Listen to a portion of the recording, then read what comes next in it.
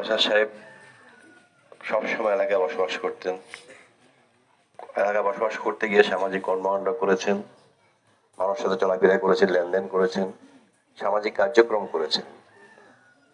আজকের শেষ দিনে যদি ওনার এই চলার পথে, দীর্ঘ সময় চলার পথে আপনাদের কারো মনে কোনো কষ্ট দিয়ে থাকে, আল্লাহর রাস্তে আজকে এই দিন আপনি ক্ষমা করে দেবেন। আজকে ক্ষমা ছাড়া আমাদের কিছুই করার নেই। উনি ওনার ঈমান এবং আমল নিয়ে এই কবরে যাচ্ছেন। সুতরাং যারা আসছেন জানাজা করে না গিয়ে কবরের সাইডটা মাটি দিয়ে যাবেন।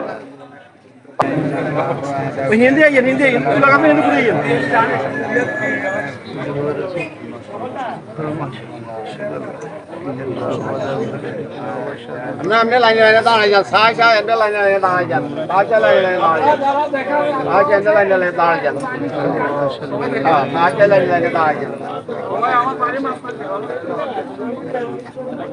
লাইনে লাইনে দাঁড়াই যান, লাইনে লাইনে দাঁড়াই যান। সব সোজা করিয়ে লাইন, সাই আপনারা সবে খাই যান, খাই যান। আসসালামু আলাইকুম উপস্থিত জনতা, সবাই নিরিবিলি আমার জগত ভাইকে দেখেন, আস্তে আস্তে দেখেন, সময় আছে, কোনো সমস্যা নেই। হ্যাঁ, সবাই ধীরে ধীরে যান। হ্যাঁ, পশ্চিম দিক দিয়ে ঘুরে যান, পশ্চিম দিক দিয়ে ঘুরে যান। ওখানে জায়গা নেই, এখান দিয়ে যান, এখান দিয়ে যান,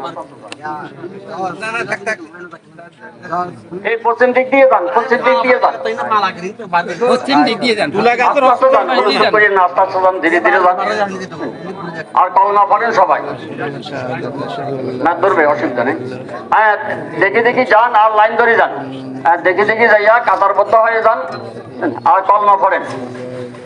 আর নিজেকে স্মরণ করেন, এই মৃত্যুকে স্মরণ করেন মনে মনে, যে একদিন আমাদেরকে এই খাটে শুইতে হবে, আমাদেরকেও মানুষ এরকম লাইন ধরে দেখবে।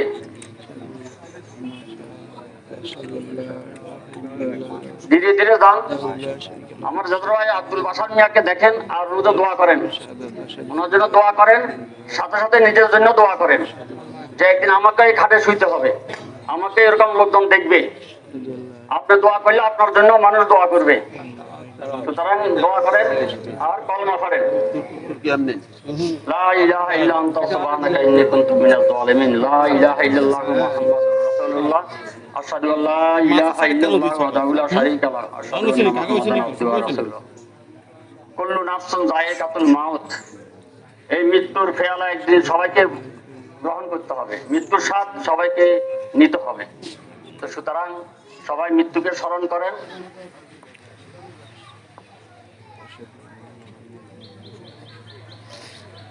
জানাজার নামাজে অংশগ্রহণ করলে 1 কিরাত পরিমাণ সওয়াব পাওয়া যাবে, আর যদি মাটি দিয়ে যান তাহলে 2 কিরাত পরিমাণ সওয়াব পাবেন। 1 কিরাত হলো উহুদ পরিমাণ, উহুদ পাওয়ার পরিমাণ সওয়াব। সুতরাং যারা আসছেন জানাজা করে না গিয়ে কবরের সাইডটা মাটি দিয়ে যাবেন, তাহলে আপনি 2 কিরাত সওয়াব নিয়ে যেতে পারবেন। তো সুতরাং এটা খেয়াল রাখবেন এদিকে। আর মনে মনে নিজের মৃত্যুকে স্মরণ করেন, বয়স কোনো বিষয় না। আউযু বিল্লাহি মিনাশ শাইতানির রাজীম। বিসমিল্লাহির রহমানির রহিম। উপস্থিত এলাকাবাসী, আমার আত্মীয় স্বজন, মেহমান বৃন্দ, দূর দূরান্ত যারা এসেছেন, সবাইকে জানাই সালাম। আসসালামু আলাইকুম ওয়া রাহমাতুল্লাহি ওয়া বারাকাতুহু। ওয়ালাইকুম সালাম। আমি অধ্যাপক কামাল উদ্দিন।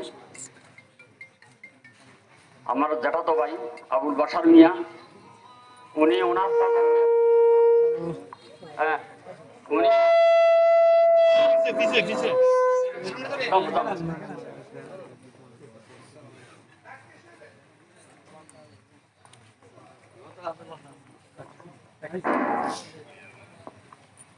উনি ওনার প্রজন্মের মধ্যে শেষ ব্যক্তি, ওনার সমবয়সী আর কেউ নাই।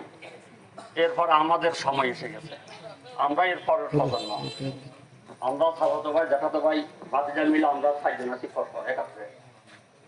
আমরা 7 জন ক্লাস 1 থেকে শুরু করি এসএসসি পর্যন্ত একাত্রে পড়ালেখা করেছি। তার মধ্যে আমার জ্যাঠাতো ভাই শফিউদ্দিন বাহার, খুবই অসুস্থ, চেষ্টা করছে, দাঁড়াইতে পারে নাই, 2 পায়ে ব্যথা ভীষণ। আমিও গেছি আনার জন্য, পারিনি। তো বলছি দোয়া করেন, বসে বসে দোয়া করেন। তো ওনারও প্রায় মানে অবস্থা বেশি ভালো না। উনি আমাদের প্রজন্মের, আমাদের বড়, কিন্তু আমাদের আমরা একাত্রে পড়ালেখা করেছি, একাত্রে এসএসসি পাস করেছি, একাত্রে 1 থেকে শুরু করি ক্লাস 10 পর্যন্ত। তার মধ্যে আমি আছি, ব্যক্তি চলে গেলেন, কে আগে যাবে কে পরে যাবে আল্লাহ ভালো জানেন। সুতরাং আমাদের প্রস্তুতি নিতে হবে। চোখ বন্ধ হওয়ার পরে কিন্তু হিসাব শুরু হয়ে যাবে। তারপরেও বলবো যে চোখ বন্ধ হওয়ার আগেও কিন্তু কিছু সমস্যা আছে। সুতরাং ওইটা আল্লাহর কাছে ক্ষমা চেতে হবে, আল্লাহ তুমি আর হিসাব নিও না, আমি হিসাব দিতে পারবো না, আমাকে তুমি বিনা হিসাবে জান্নাত দেওয়ার চেষ্টা করো। এখন বিনা হিসাবে জান্নাত পেতে হলে আপনাকে আমাকে সেই কাজ করতে হবে ভাই। আল্লাহ প্রিয় বান্দা না হলে আল্লাহ কি আপনাকে ক্ষমা করবেন? আমাকে ক্ষমা করবেন মোটেই না। সে পর্যায়ে আপনাকে যেতে হবে, কাঁদতে হবে। আল্লাহর কাছে সবচেয়ে প্রিয় হলো শহীদের রক্ত আর আল্লাহর বান্দার চোখের পানি। আল্লাহ সালাম আলাইকুম। জি, আমাদের চেয়ারম্যান সাহেব এসে গেছেন। হ্যাঁ, ওনাকে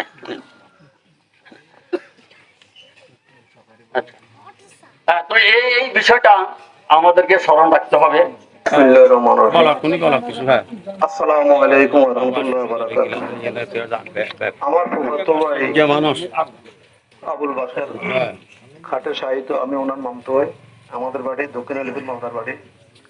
অবশ্য বলা বাহুল্য এই অঞ্চলের ম্যাক্সিমাম প্রত্যেক বাড়ি প্রায় আমাদের আত্মীয়, পুরুষই আত্মীয়। যাক, এখন আমার ফুফাতো ভাইয়ের জন্য আপনারা দোয়া করবেন, এই কামনাই করছি। প্রফেসর সাহেব যে কথাগুলো বলছে সবগুলা কথাই খুবই ইম্পর্টেন্ট। এগুলা মুসলিম জীবনে আপনারা প্রতিনিয়ত সবসময় দিবানিশি এগুলা ফলো করবেন। তবে একটা কথা বলছি, বিলগুলো ট্রানজিশনাল ফ্লেজ গুলো কিন্তু আর কামিয়াবি হওয়ার সম্ভাবনা মোটেই নেই। তো ধন্যবাদ। মুসলমান হিসাবে জিন্দগি পালন করার জন্য আমি সবাইকে আহ্বান জানাচ্ছি। যেহেতু এই মইয়তের মতো আমরা সবাই মইয়ত হব, এটার মধ্যে ধন্যবাদ সবাইকে। আসসালামু আলাইকুম ওয়া রাহমাতুল্লাহ। সালাম আলাইকুম, আমি আজাদ মালদার। আমাদের উনি রহিম স্যার যে কথা বলছেন যে আমাদের আসলে ফুফাতো ভাই সেরু আমিন ফুফা যখন ছিল তখন আমাদের এই পারিবারিক বিরোধগুলা নিষ্পত্তি মাপজব সবগুলো আমার এই ফুফা করতো। তো সেই সুবাদে আমাদের এখানে অবাধ একটা যাতায়াত বিচরণ ছিল, সবার মধ্যে একটা আত্মীয়তার গভীর সম্পর্ক ছিল। তো এই বাসার ভাই আসলে দীর্ঘদিন উনি শ্বাসকষ্ট নিয়ে অনেক কষ্ট করেছেন, রোগের সাথে যুদ্ধ করেছেন, জেহাদ করেছেন। আল্লাহ আমি মনে করি আল্লাহ উনি জেহাদি লোক, আল্লাহ ওনাকে জান্নাত নসিব করো। সকালে আমার ফুফাতো ভাইকে আল্লাহ তরফে মাফ করে দিবেন। চলার পথে মানুষ মাত্রই ভুল করে, মানুষ ফেরেশতা না, মানুষের ভুল কোটি হইতেই পারে। সামাজিক লেনদেনে, কাজ কারবারে, আচার আচরণে এবং আচার ব্যবহারে অনেকের মনে কষ্ট যেতেই পারে। তো মেহরবানি করি, আত্মীয় স্বজন আছেন, বন্ধু বান্ধব আছেন, স্বজন আছেন, এলাকাবাসী আছেন, সমাজের অনেক লোকজন আছেন, সবাই আল্লাহ তরফে ওনাকে মাফ করে দিয়ে আল্লাহ এই বিদায় লোক নেই, আল্লাহ যেন ওনাকে জান্নাত নসিব করে। ও মা তৌফিক ইল্লা বিল্লাহ। আসসালামু আলাইকুম। এখন চেয়ারম্যান সাহেব কথা বলেন। আসসালামু আলাইকুম। সম্মানিত উপস্থিতি, মরহুম বাশার সাহেব আমার মামা হয়, ওনাকে সারা জীবন মামা বলে ডেকেছি। উনি আমাদেরকে ভাগিনে আপন ভাগিনের মতো দেখতেন। দেখা হলে উনি ভাগিনে কেমন আছো অন্তত এই কথাটি বলতেন। তো আমি যেহেতু টাইম সংকীর্ণ, আমি বেশি কথা না বলে আমি ওনার